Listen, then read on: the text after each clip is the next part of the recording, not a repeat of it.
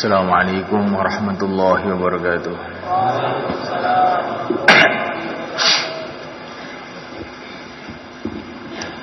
Innal hamdalillah nasta'inuhu wa nastaghfiruhu wa nu'minu bihi wa natawakkalu 'alaihi wa na'udzu bihi min shururi anfusina wa min sayyiati a'malina. من يهديه الله فلا مضل له ومن يضلل فلا هادي له أشهد أن لا إله إلا الله وحده لا شريك له وأشهد أن سيدنا ومولانا محمدا عبده ورسوله اللهم صل وسلم وبارك عليه وعلى آله وأصحابه والتابعين لهم إلى يوم القيامة أما بعد.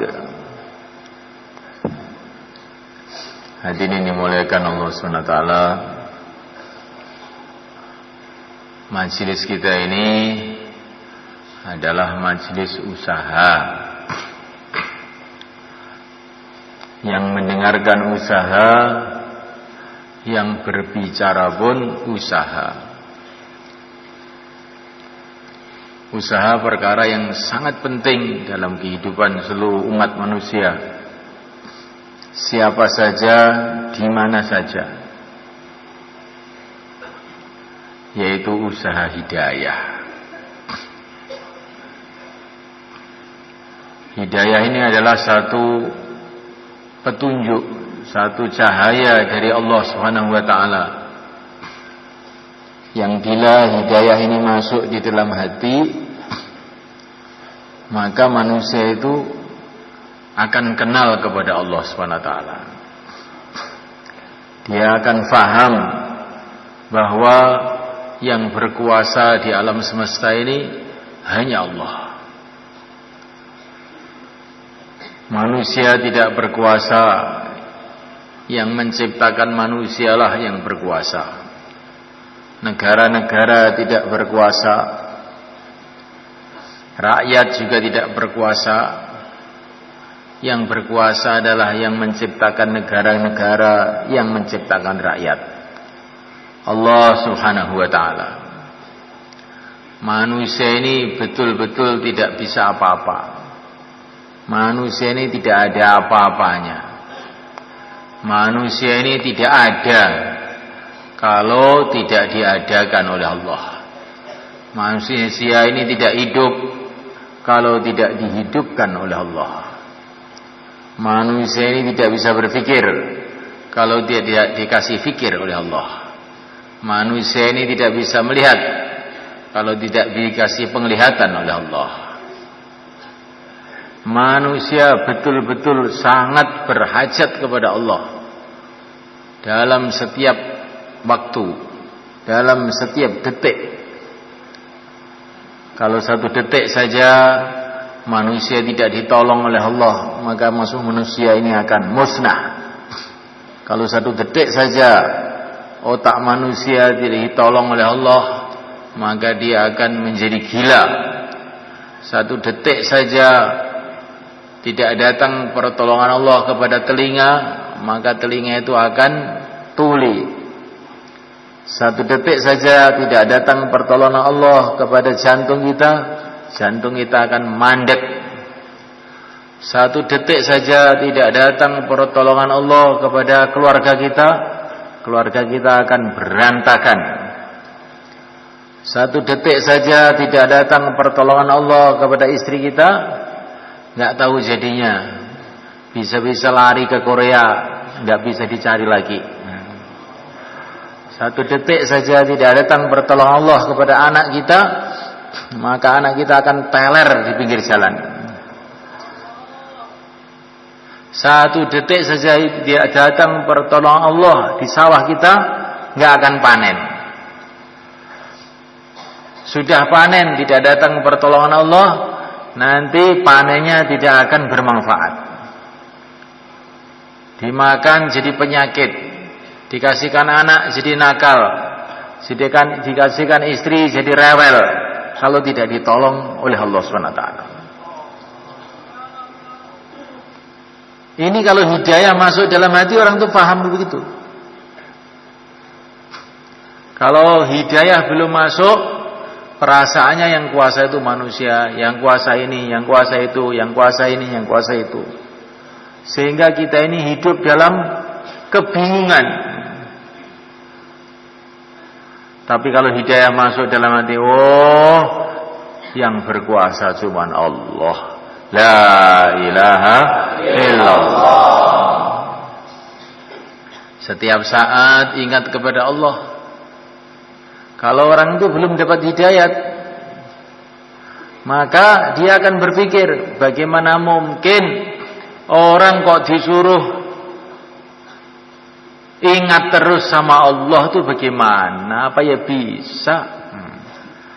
Tapi kalau sudah hidayah masuk dalam hati, pikiran itu berubah. Orang kok disuruh lupa kepada Allah itu apa ya bisa? Wong tiap detik berhajat kepada Allah. Tiap waktu dilihat oleh Allah, didengar oleh Allah. Makan dari rizki Allah. Minum dari minuman yang Allah ciptakan. Tinggal di bumi Allah, di bawah kolong langit Allah. Kok suruh lupa kepada Allah itu apa ya bisa? Ini kalau hidayah masuk. Kalau hidayah belum masuk, orang kok suruh ingat terus sama Allah apa ya bisa? Nah, oh wali ya, nah, ini hidayah tidak masuk. Kalau hidayah itu masuk di dalam hati semulaikan, maka tidak ada yang lebih menggembirakan melebihi mengamalkan perintah Allah, dan tidak ada yang lebih menyusahkan melebihi maksiat kepada Allah. Orang itu kalau sudah dapat hidayat merasa bahwa maksiat itu lebih bahaya dari segala racun, lebih berbahaya dari segala yang berbahaya, karena ini bisa mendatangkan murka Allah. Dan kalau hidayah itu masuk dalam hati, orang akan punya keyakinan mengamalkan perintah Allah itulah yang paling menguntungkan, paling menyelamatkan, paling membahagiakan. Itu kalau hidayah masuk di dalam hati. Nah, melainkan Allah SWT, kalau hidayah itu masuk di dalam hati, orang itu akan faham Allah Maha Kuasa, Allah betul-betul Maha Agung, tidak bisa dibayangkan oleh otak manusia. Bagaimana otak yang 1 liter bisa membayangkan Tuhan pencipta alam semesta ini, yang telah menciptakan alam semesta ini dengan kun, jadilah maka jadi. Bentuknya alam ini saja kita ini tidak bisa menggambarkan. Bentuknya alam semesta ini apa bunder, apa persegi 4, apa persegi panjang, batasnya di mana, otak kita nggak sampai. Apalagi kok batasnya alam, jumlahnya alam semesta ini kita ini membayangkan saja nggak bisa. Berapa jumlahnya bulan?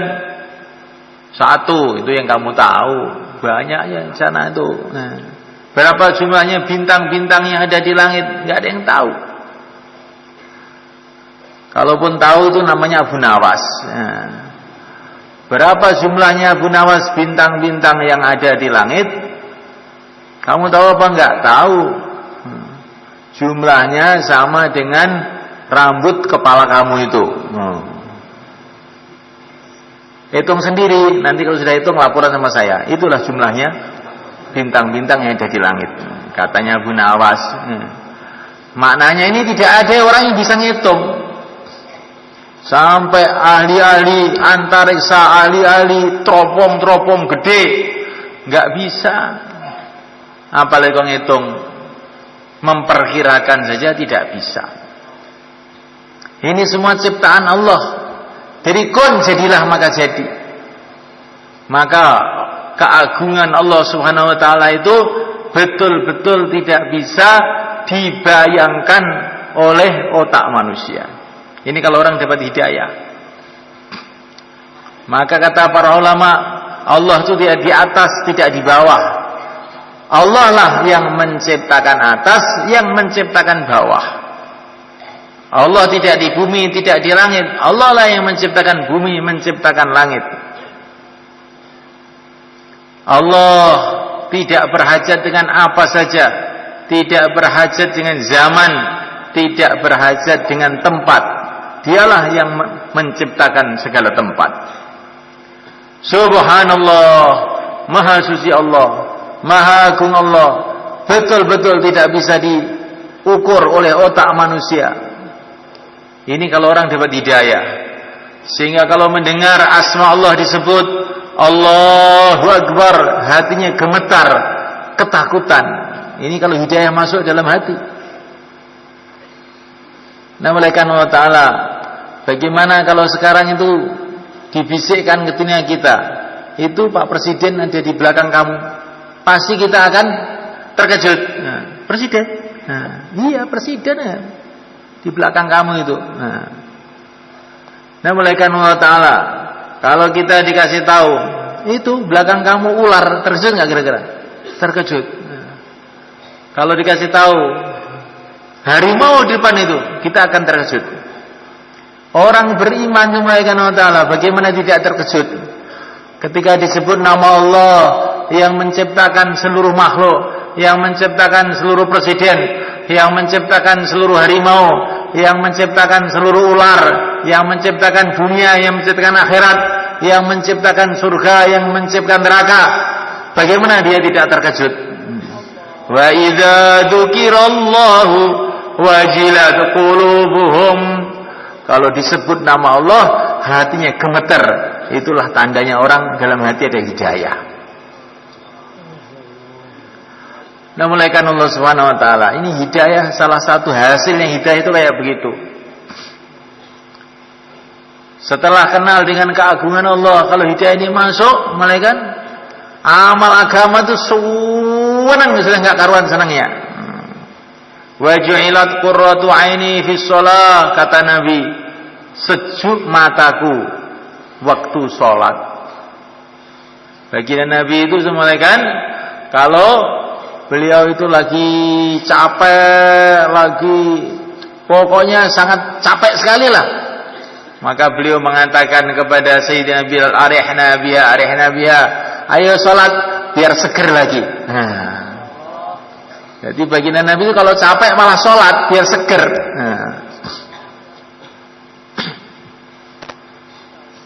Ini orang yang tahu keagungan Allah SWT, keagungan agama Allah SWT.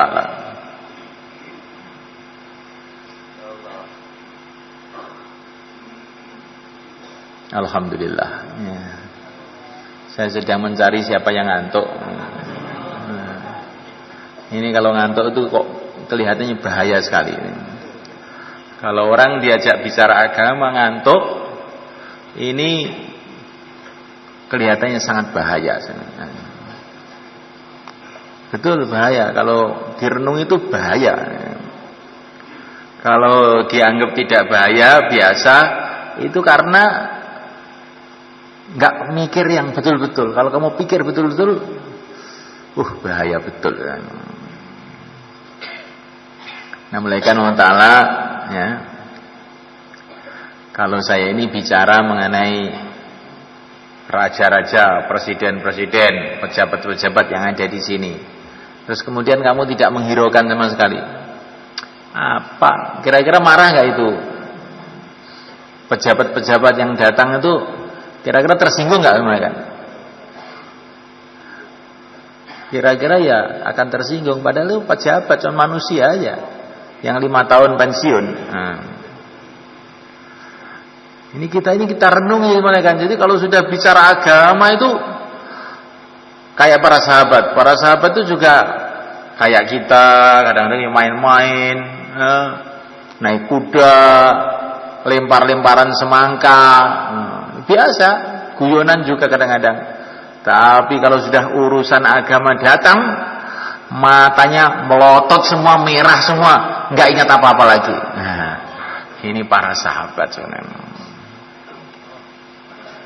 Sayyidah Aisyah radhiyallahu taala mengatakan, baginda Nabi itu, masya Allah, sangat sayang sama istrinya. Tapi kalau sudah mendengar adzan dikumandangkan, seolah-olah tidak kenal. Nah, seolah-olah tidak kenal. Au kama qalat. Jadi begitu kita kalau sudah urusan agama, ini ada orang namanya Bishr al-Hafi. Itu dulunya itu preman mereka. Bishr al-Hafi itu asalnya preman. Dia sedang duduk di warung gitu, ngobrol sana ngobrol sini dengan teman-temannya. Tiba-tiba ada orang lewat, jauh lah dulu nih, ke masjid. Ini panggilan Allah datang, hayya 'alas shalah, ke masjid, katanya orang tadi. Maka Bishr al-Hafi ini terkejut, panggilan Allah katanya dia. Saking terkejutnya itu sampai lupa, nggak pakai serandal, lari ke masjid. Langsung jadi wali. Gara-gara tergopoh-gopoh, ada orang mengatakan panggilan Allah ini masjid. Berubah itu asalnya perweman tidak karuan jadi wali tidak karuan. Nah, maka nanti kalau ditaskil itu begitu. Cepet, insyaallah kan. Jadi bukan masalah bicara ini, tapi sikap kita ini bagaimana? Kalau sikap kita kepada Allah ini betul-betul mengagungkan, Allah akan memberikan kepada kita hal-hal yang agung.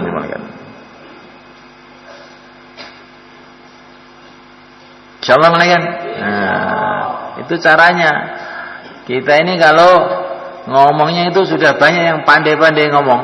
Nah, tapi bagaimana sikap kita? Sikap kita kepada Allah, sikap kita kepada Rasulullah, sikap kita mengenai negeri akhirat, sikap kita mengenai agama Allah, sejauh mana kita mengagungkan perkara-perkara ini, sejauh itu pula derajat kita di sisi Allah Subhanahu wa taala. Nah, mulaikan Allah Subhanahu wa taala. Ini tadi cerita mengenai usaha hidayat. Bagaimana usaha hidayat itu? Innal huda hudallah. Hidayah itu adalah milik Allah semalakan. Yang bisa memberikan hidayah itu hanya Allah. Manusia tidak bisa memberikan hidayat. Tetapi Allah Subhanahu wa taala melalui yang mulia baginda Muhammad alaihi salatu wassalam memberitahu kepada kita usaha-usaha yang bila kita kerjakan Allah akan kasih hidayah. Yang pertama kali mendengarkan pembicaraan agama ini. Tandanya orang itu mau dapat hidayah itu dengarkan pembicaraan agama itu, dengarkan betul-betul. Alladzina yastami'una al-qawla fayattabi'una ahsanah. Ulaika alladzina hadahumullah. Orang yang mendengarkan betul, yastami' itu mendengarkan sungguh-sungguh. Bukan sekedar dengar, tidak. Yastami' itu betul-betul mendengarkan, maknanya itu. Mereka ini adalah orang-orang yang dapat hidayah dari Allah. Nah, kita ini belajar kalau ada pembicaraan mengenai agama, pembicaraan mengenai keagungan Allah, pembicaraan mengenai bagaimana pentingnya taat kepada Allah, kita dengarkan sungguh-sungguh. Insyaallah malaikat. Kemudian misalnya yang kedua malaikat, kita juga harus bicara. Jangan hanya mendengarkan saja, tapi bicara.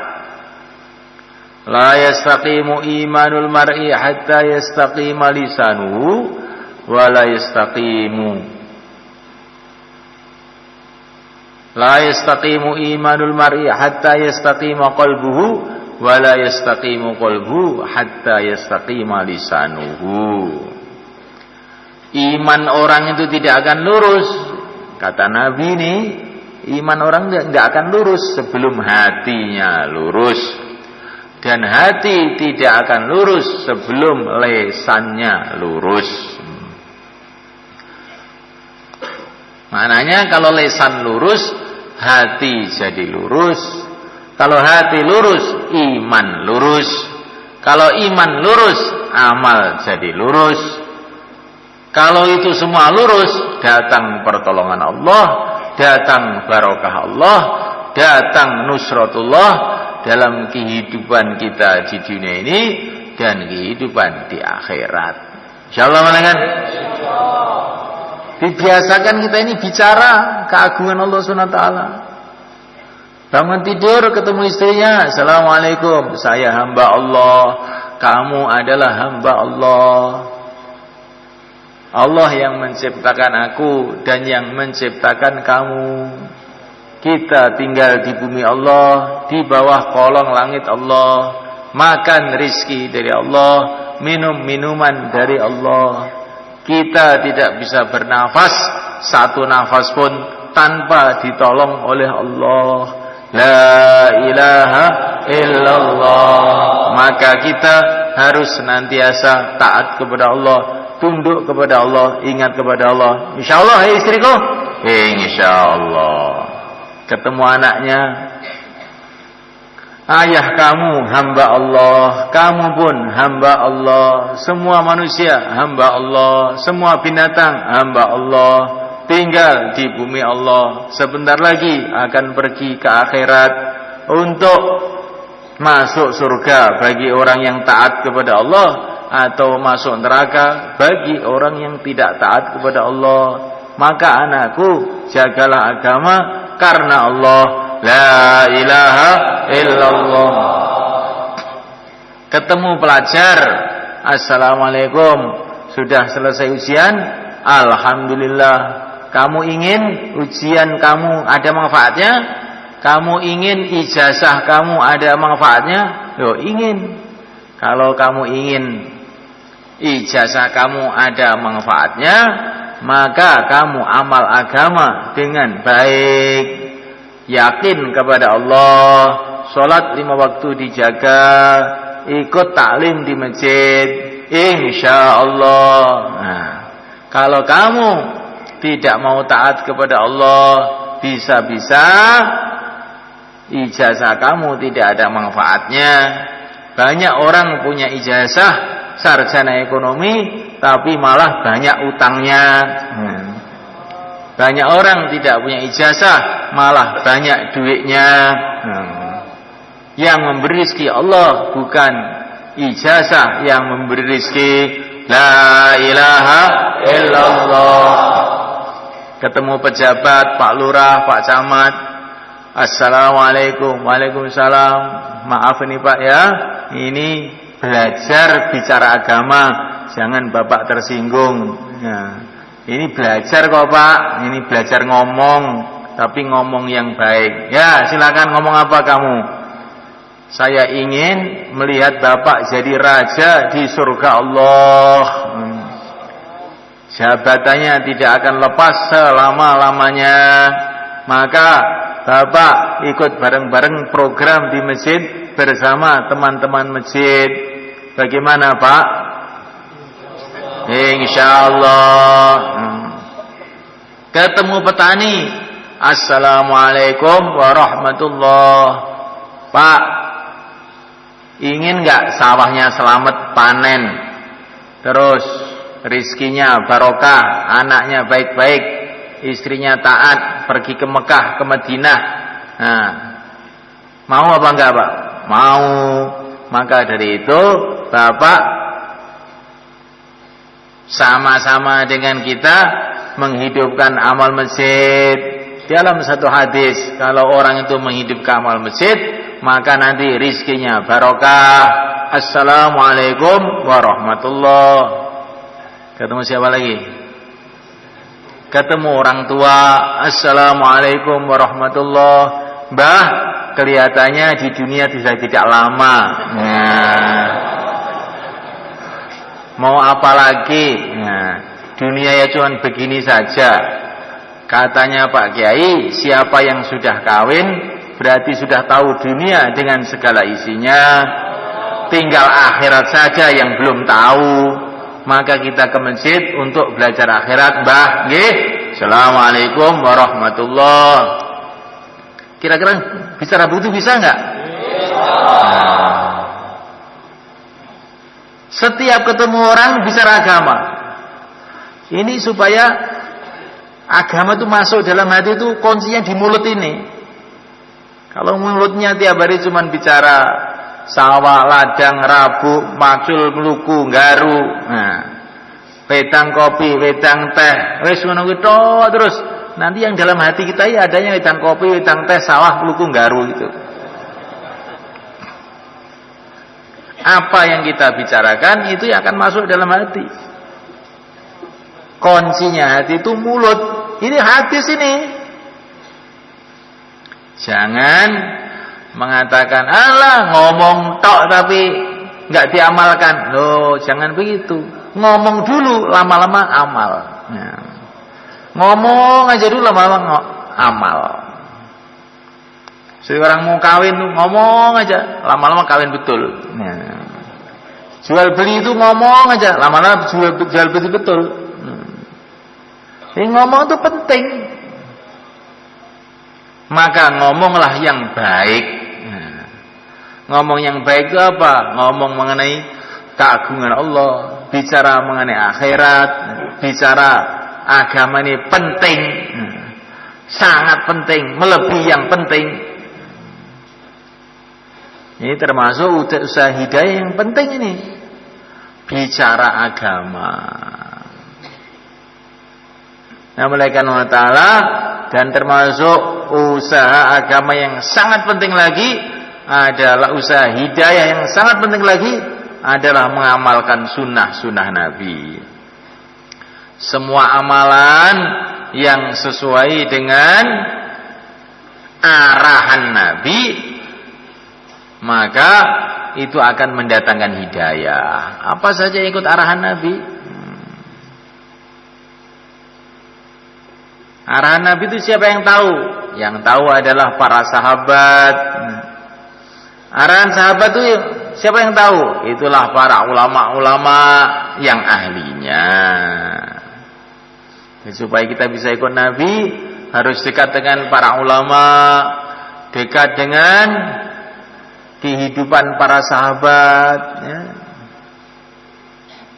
Orang ini semulaikan Allah Ta'ala,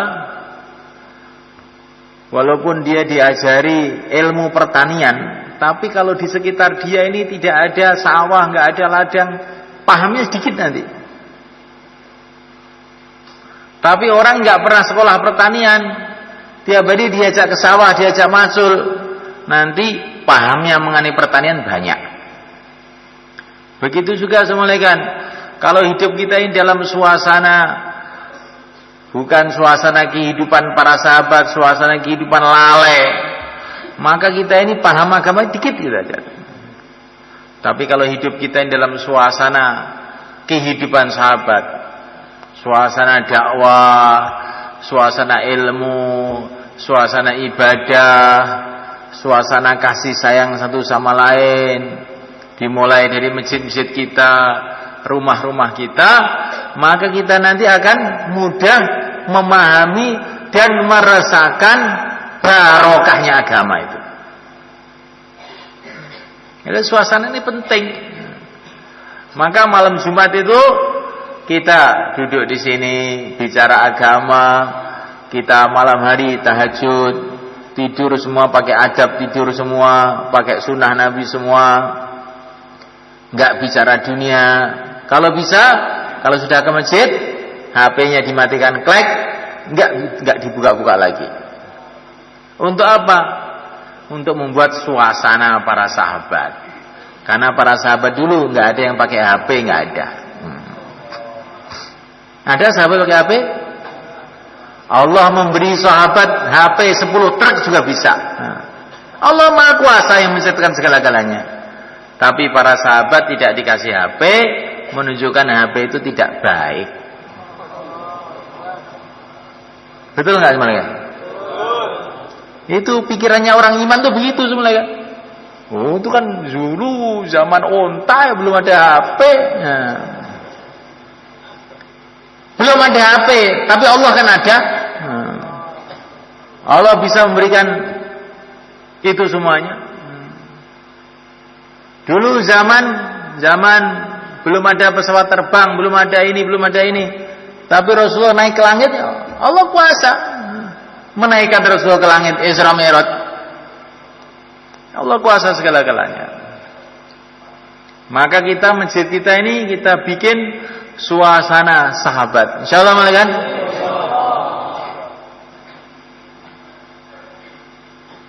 Habis sholat tasbih. Ini masuk sunnah ini para sahabat dulu. Baca tasbih subhanallah, subhanallah, subhanallah. Habis sholat tak tek. Boy. Bagaimana iman bisa naik gitu? Itu suasana Eropa, suasana orang lalai kamu bawa ke masjid. Ini tidak mengharamkan loh sebenarnya kan, tapi itu sangat tidak baik bagi orang yang ingin imannya itu meningkat. Kita ini kan ke masjid ini supaya imannya meningkat, supaya hidayah itu tambah, hati kita tambah bercahaya, tambah dekat kepada Allah, tambah dekat kepada Rasulullah. Itu mau kita kerang-kering bagaimana ini mereka? Ini tambah jauh aja kelihatannya ini. Kelihatannya loh, tapi kenyataannya begitu itu emang ya. Betul mereka. Allah Subhanahu wa taala itu sangat dekat kepada kita. Wa idza salaka ibadi anni fa inni qarib. Allah itu sangat dekat dengan kita. Tapi yang membuat jauh itu apa? Kita ini lalai kepada Allah. Termasuk yang bikin lalai ya radio, koran, televisi, majalah, HP, ngobrol dan sebagainya itu yang bikin lalai. Jadi Allah itu sangat dekat, tapi karena kita ini lalai jadinya terasa jauh. Maka apa saja yang membuat kita lalai kita tinggalkan. Insyaallah kan? Minimalnya setiap di masjid lah, minimalnya. Kalau di masjid pun kita juga lalai juga. Bagaimana amal masjid kita bawa keluar masjid? Jangan amal luar masjid kita bawa ke masjid. Habis sholat di masjid, la ilaha illallah wahdahu la syarikalah, lahul mulku wa lahul hamdu wa huwa ala kulli syai'in qadir. Ini habis sholat. Terus ini amalan dibawa ke pasar. Masuk pasar, la ilaha illallah wahdahu la syarikalah, lahul mulku wa lahul hamdu wa huwa ala kulli syai'in qadir. Maka ditulis 1 juta kebaikan waktu itu. Karena amal masjid dibawa ke pasar. Jangan amal pasar dibawa ke masjid.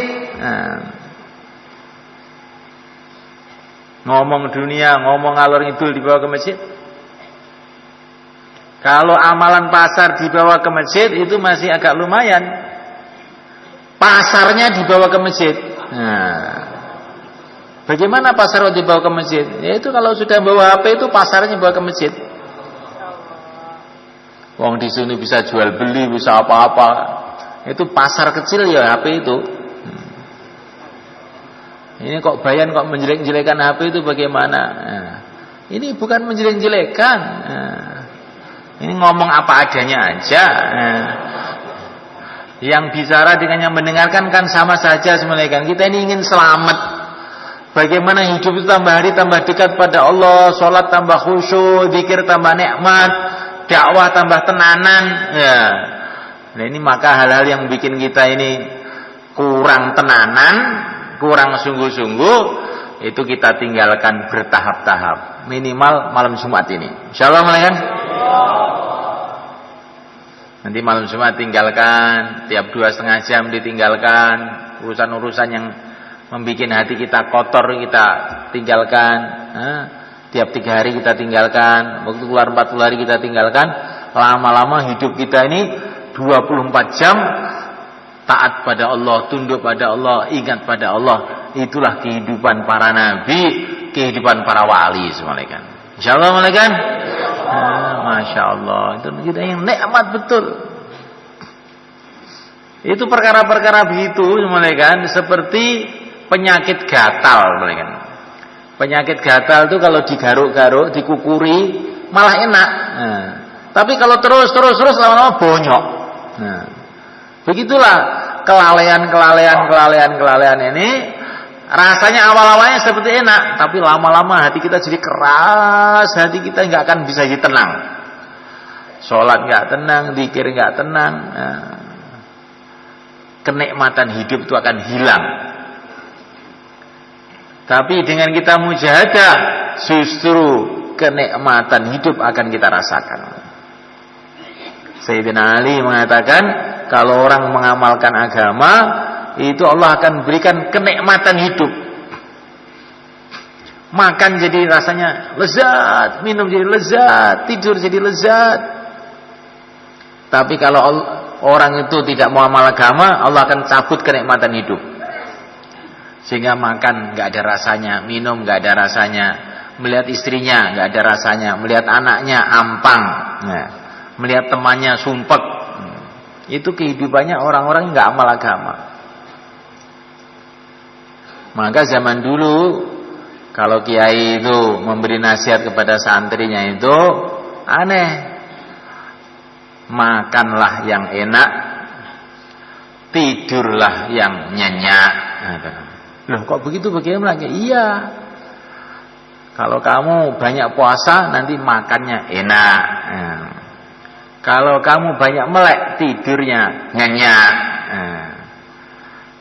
Jadi dengan kamu mujahadah justru kamu bisa tidur nyenyak, bisa makan enak. Tapi kalau sebentar makan, lama-lama perutnya sakit ya dia makan lama-lama. Di agama itu seperti itu semuanya kan. Kalau dikerjakan justru membuat kenikmatan hidup. Orang di rumah saja lama-lama bosan mana. Keluarlah 4 bulan gitu. Nanti kan kalau pulang itu terasa, Masya Allah, syukur punya keluarga, syukur, rasa nikmat gitu. Jadi kalau bertahun-tahun di rumah aja, waleh gimana kan? Waleh. Dunia itu malai, dunia itu membosankan. Betul ini. Agama inilah yang mendatangkan kenikmatan hati. Nah, melainkan Allah Ta'ala, maka orang Jepang itu katanya duitnya banyak, teknologinya tinggi, tapi di seluruh dunia yang paling banyak bunuh diri orang Jepang. Saya pernah dapat cerita dari Karkun Jepang itu, di DPR-nya Jepang itu pernah ada pembicaraan. Ini kok orang Jepang ini kok pada bunuh diri di mana-mana, beribu-ribu orang. Yang berarti kan penduduk kita ini tidak tenang, tidak tentram. Apa solusinya? Apa jalan keluarnya? Ini salah satu anggota DPR Jepang ini bilang, kalau menurut saya itu jalan keluarnya suruh masuk Islam saja. Loh, suruh masuk Islam? Apa kamu orang Islam? Bukan, saya belum Islam saya. Tapi saya lihat tuh orang Islam tuh nggak bunuh diri, karena bunuh diri itu haram katanya.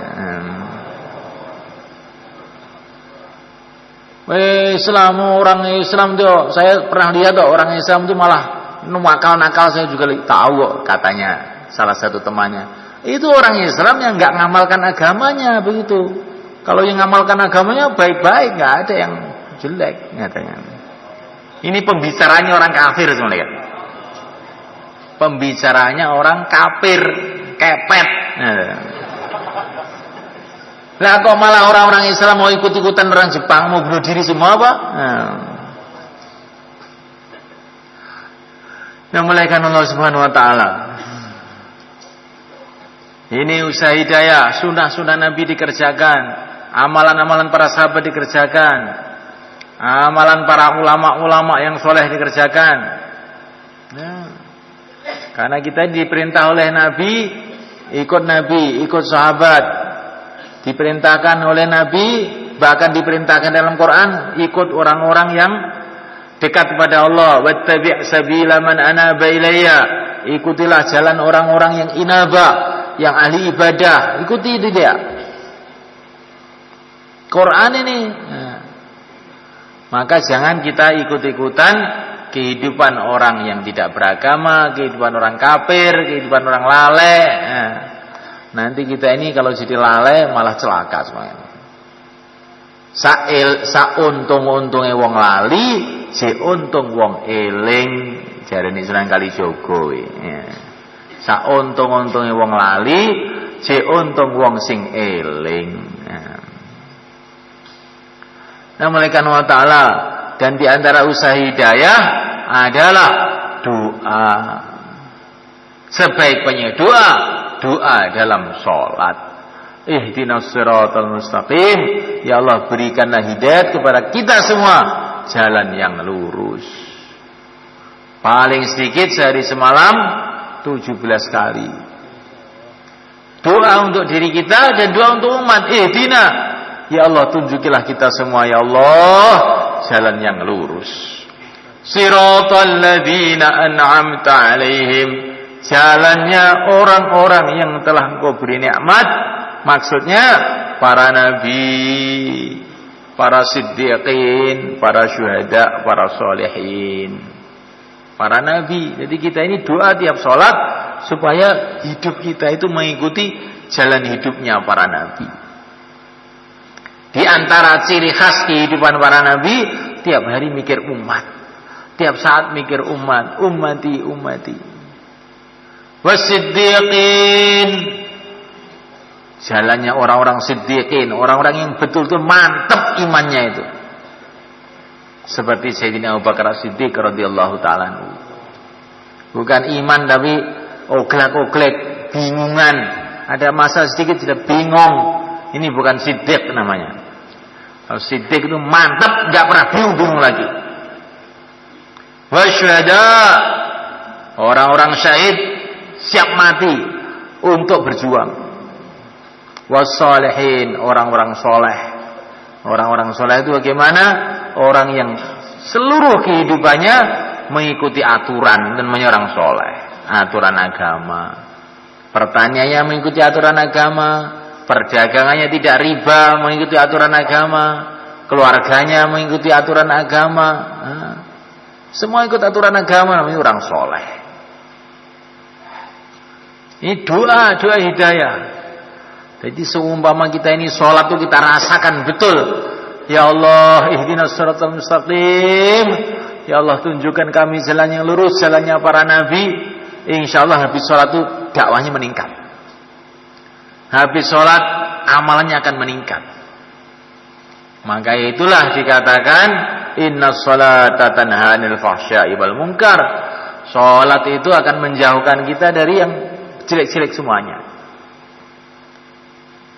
Cuman masalah kita sekarang ini, sholat itu lawe.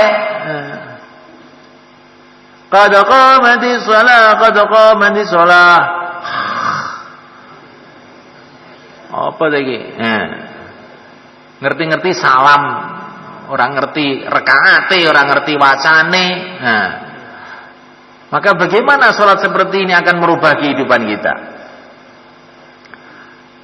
Ihdinas siratal mustaqim. Betul kita rasakan kehidupan para nabi, para rasul, kehidupan Rasulullah, kehidupan para sahabat, kehidupan para wali-wali Allah. Ya Allah, tolonglah saya, berikanlah hidayah saya sehingga saya itu hidup mengikuti jalan hidup mereka ya Allah.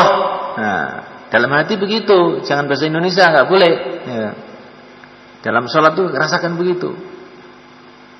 Ihdinas siratal mustaqim. Nanti dalam salat sunnah diulang-ulang sampai terasa. Ihdinas siratal mustaqim. Ihdinas siratal mustaqim. 1000 kali. Sampai terasa. Kadang-kadang Rasulullah SAW itu dalam salat sunnah satu ayat itu diulang-ulang berkali-kali. Kadang-kadang sampai semalam suntuk. In tu'adzibhum fa innahum 'ibaduk wa in taghfir lahum fa innaka antal azizul hakim. Diulang-ulang dalam sholat Nabi itu sampai semalam suntuk soalnya, sambil nangis. Nah kita harus begitu. Nanti malam tahajud, ihdinas siratal mustaqim, ihdinas siratal mustaqim, ihdinas siratal mustaqim, siratal ladzina an'amta 'alaihim ghairil maghdubi 'alaihim waladdallin. Ihdinas siratal mustaqim, ihdinas siratal mustaqim. Diulang-ulang sampai terasa. Kalau belum terasa jangan berhenti. Nanti lama-lama terus terasa terus. Tapi kalau kita ini biasa lale, ya jadi ndablek terus. Wong tanah sudah kulino ndablek, akhirnya ya terus ndablek terus. 60 tahun kita sholat nggak pernah ingat. Ngerti nih? Cuman waktu niat usolli pada dhuhri Allahu Akbar. Itu tak kelingane.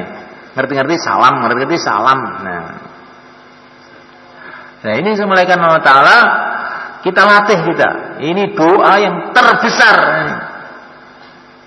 Ini doa yang terbesar. Yaitu doa hidayah. Doa yang lain-lain juga bagus kita ucapkan. Tapi doa yang terbesar ini jangan sampai kita lupa atau lalai. Innallaha la yaqbalu du'a min qalbin ghafil. Dalam satu hadis dikatakan Allah tidak akan menerima doa dari hati yang lalai. Hati yang lalai doanya enggak makbul.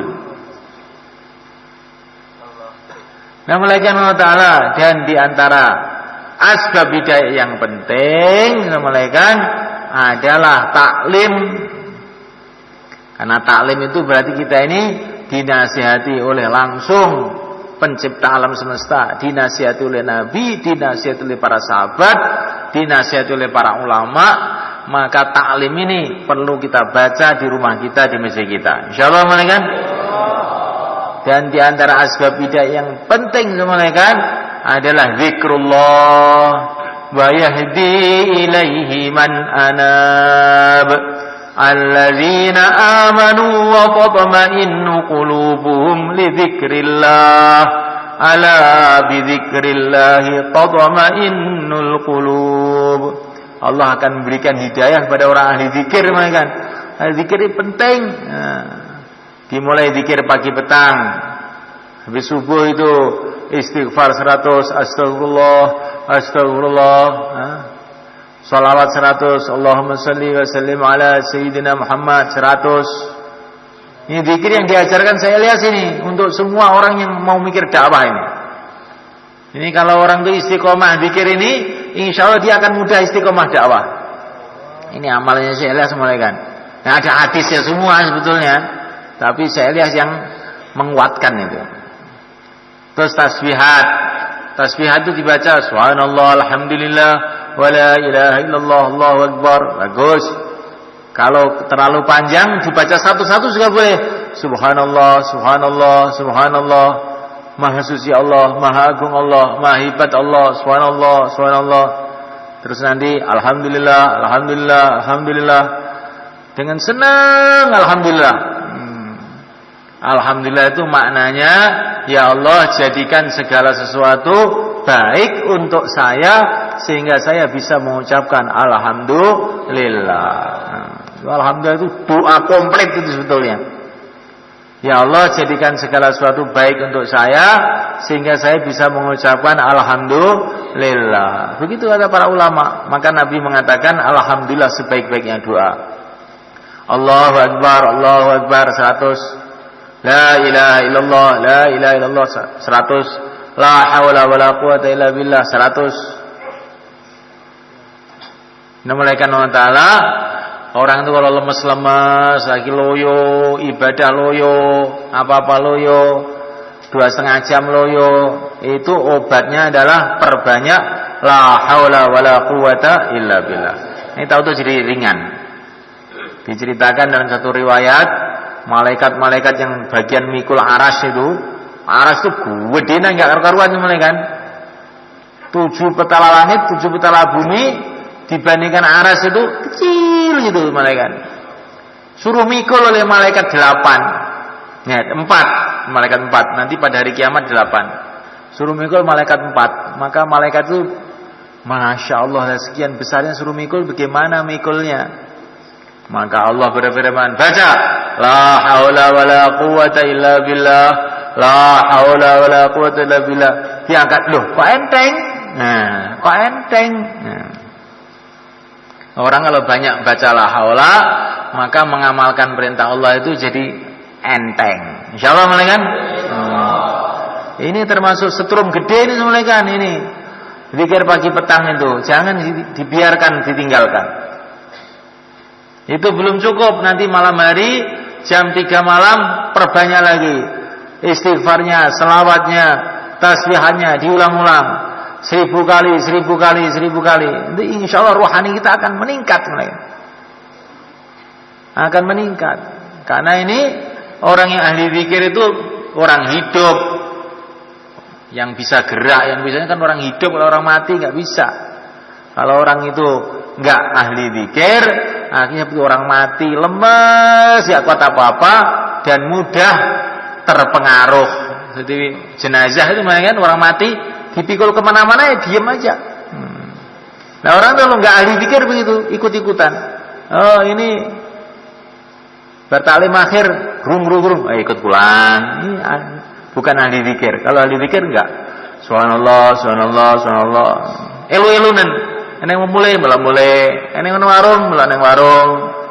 Ini yang turu, malah turu. Ini yang melek, turu terus. Nah, iki zikire apes. Zikire apes insyaallah Bang ya. Nah, ini ku zikire dikuat nih. Paling sedikit malam Jumat niki lah. Ya. Ini malam Jumat iki gempung zikir. Nangis ning Gusti Allah. Aja oglek-oglek elo-eluan wong kuburan wis sedak kaya ngono ki piye. Niki mboten nyeneni lho niki. Niki panjenengan kula nek ngomong ngeten iki, gawan bayi iki. Sampai nek kula ngomong sing kasar, sampean mboten sanes suwi panjenengan ya ngono kuwi unine, ben ya wis. Ben nae kuwi panjenengan unine ya ngono kuwi. Nah. Konselingan dipun mulakan, ini zikrullah itu perkara yang sangat penting mulakan. Tanpa zikrullah kita tidak akan bisa amal dengan sebaik-baiknya. Amal apa saja tanpa zikir bukan amal, itu gerakan-gerakan kosong. Amal apa saja. Nah. Kemudian mulakan wa ta'ala di antara asbab hidayah yang penting adalah akhlak yang baik kepada seluruh umat Islam. Kita mesti punya akhlak yang baik. Nah. Karena kalau orang itu akhlaknya baik, doa-doanya diterima oleh Allah. Ini kata Nabi nih. Kalau doa-doanya diterima oleh Allah, akhirnya sukseslah dakwah kita, ngaji kita, ibadah kita jadi sukses. Tapi kalau doa kita nggak diterima bagaimana? Dakwahnya kandas, ngajinya kandas, 10 tahun suruh ngapalkan Quran nggak apal-apal. Gitu. Karena apa? Ini akhlaknya buruk. Termasuk akhlak buruk waktu bayan tidur, itu akhlak buruk. Itu katanya orang-orang tua begitu. Kalau katanya orang muda nggak tahu. Ya orang itu kalau akhlaknya buruk, doanya nggak makbul. Kalau nggak makbul nanti apa-apa kandas. Maka kita perbaiki akhlak kita. Insyaallah kan. Dan semua ini kita buat ikhlas, semata-mata mencari ridho Allah. Karena semua amal tanpa ikhlas nggak akan diterima oleh Allah. Untuk itu semalekan, bagaimana supaya ini semua usaha-usaha hidayah ini betul-betul kita kerjakan dengan sungguh-sungguh. Caranya kita keluar 4 bulan. Untuk apa 4 bulan itu? Untuk membicarakan tadi ini dan untuk mengusahakan, mengamalkan. Bukannya dibicarakan tapi di kenyataan dalam kehidupan kita ini, sehingga hidayah tambah hari tambah besar dalam hati kita, cahaya tambah terang dalam hati kita, sehingga kita di dunia ini para sahabat mulai kan tingkatannya itu kan diceritakan dalam beberapa riwayat. Para sahabat di dunia seolah-olah melihat akhirat sudah. Anas radhiyallahu ta'ala, Anas bin Nadir radhiyallahu ta'ala anhu, beliau mengatakan, sungguh aku telah membau bau surga di dekat gunung Uhud. Jadi di dunia, tapi saking hidayah itu betul-betul besar dalam hati para sahabat itu, sehingga di dunia bisa membau baunya surga. Di dunia sudah membau baunya surga. Beribadah seolah-olah melihat kepada Allah yang tidak bisa dibayangkan. Sehingga ibadah begitu nikmat para sahabat itu, sholat semalam-malam suntuk, puasa itu begitu nikmat, Masya Allah. Dan ini semuanya kan, kalau kita keluar sekarang, ini besok Sabtu itu sudah Rajab. Rajab itu termasuk bulan yang mulia, di antara 12 bulan itu termasuk bulan mulia, bulan Rajab, termasuk Ashhurul Hurum, di mana amalan-amalan akan dilipat gandakan. Terus setelah Rajab kita dapat bulan Sya'ban, Ruwah. Nabi mengatakan amalan-amalan manusia ini akan dilaporkan kepada Allah tiap tahunan, tiap bulan Sya'ban. Jadi amalan kita ini dilaporkan kepada Allah bulan Sya'ban tahunan. Ada laporan harian, pagi petang dilaporkan kepada Allah. Ada laporan 3 harian, hari Kamis sama hari Senin. Maka Kamis ini ada laporan ini. Maka jangan sampai Kamis tidak malam istima, ini dilaporkan nanti. Jangan sampai Senin tidak hadir musyawarah ini. Ini pas laporan nih malaikat. Ini ada hadis sahih malaikat. Dan ada laporan tahunan tiap bulan Sya'ban. Nah, malaikat Allah Ta'ala, sedangkan Allah sudah tahu segalanya, tidak perlu laporan siapa saja. Tetapi para malaikat itu laporan itu supaya kita ini loh hati-hati dalam kehidupan kita ini. Amalan kamu semua dilaporkan. Nah, malaikat Allah Ta'ala, nanti kalau kita keluar sekarang, dapat Rajab, bulan mulia, dapat Sya'ban, bulan mulia, dapat Ramadan, bulan mulia, dapat Syawal, ini hari raya. Kalau hari raya di rumah, 1 hari raya. Di jalan Allah 700.000 hari raya pahalanya. Masya Allah. Jadi ini bulan Rajab ini bulan paling cocok untuk memulai keluar 4 bulan. Bagaimana mulai kan? Masya Allah. Maka yang mau keluar 4 bulan, silahkan berdiri ke selatan. Taqabbalallah. Monggo. Monggo.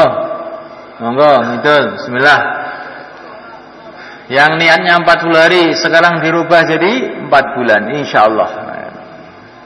Mumpung Rajab, Ruwah, poso, bodo, masyaallah. Monggo.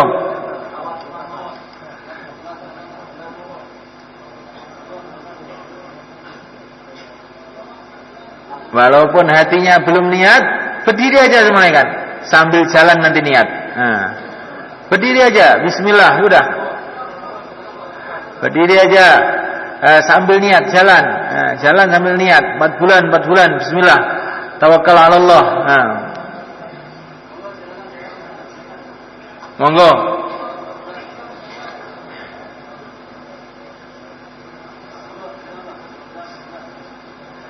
Begitu juga yang 40 hari. Taqabbalallah. Bismillah, 40 hari ini semua aja, enggak apa-apa. Bismillah. Monggo. Monggo nang mangkat saiki mawon ngindang mulai. Monggo. Nang mangkat saiki mawon. Bismillah.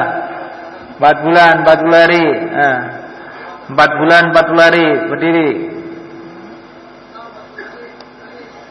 Ya, insyaallah. Taqabbalallah.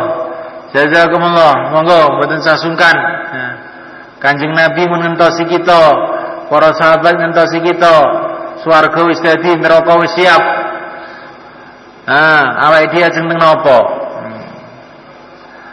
Rasulullah menunggu kita, para sahabat menunggu kita. Surga sudah jadi, neraka sudah siap. Akhirat sudah di depan pintu. Kita mau berangkat ke sana. Insyaallah mereka.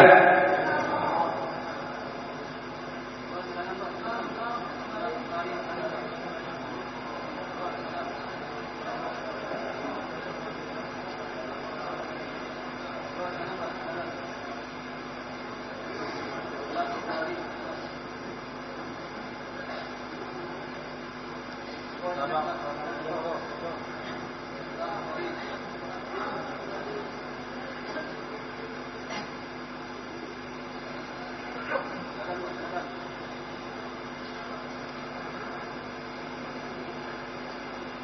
masa, sisa masa, silakan makan. Yang mau keluar besok berapa hari saja, silakan berdiri ke selatan.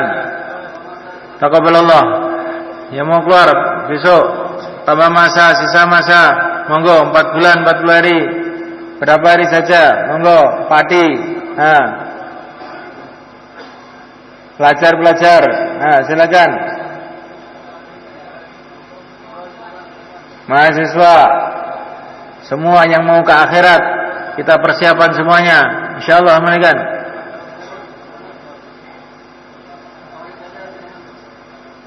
Insyaallah sedaya niat Bang nggih. Lajeng mengke tanggal 13 Juni Jur Temboro. Tanggal 22 Juni Istimak Jawa Timur.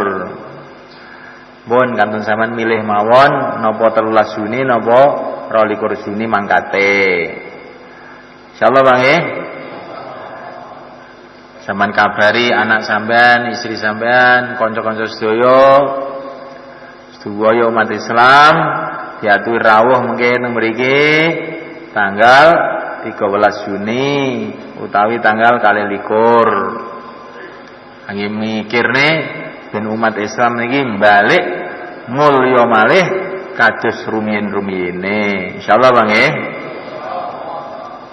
Saniki tiga-tiga sekawan-sekawan semayanan sok kapan ta awake dhewe iki dan bergerak berjuang kaya wong-wong biyen iki kapan ning ngrungokne wis akeh arek mangkate saiki. Monggo tiga-tiga sekawan-sekawan monggo. Tiga-tiga sekawan-sekawan. Nah, semayanan semayanan nggih. Jeng nopo nek sing medal. Monggo.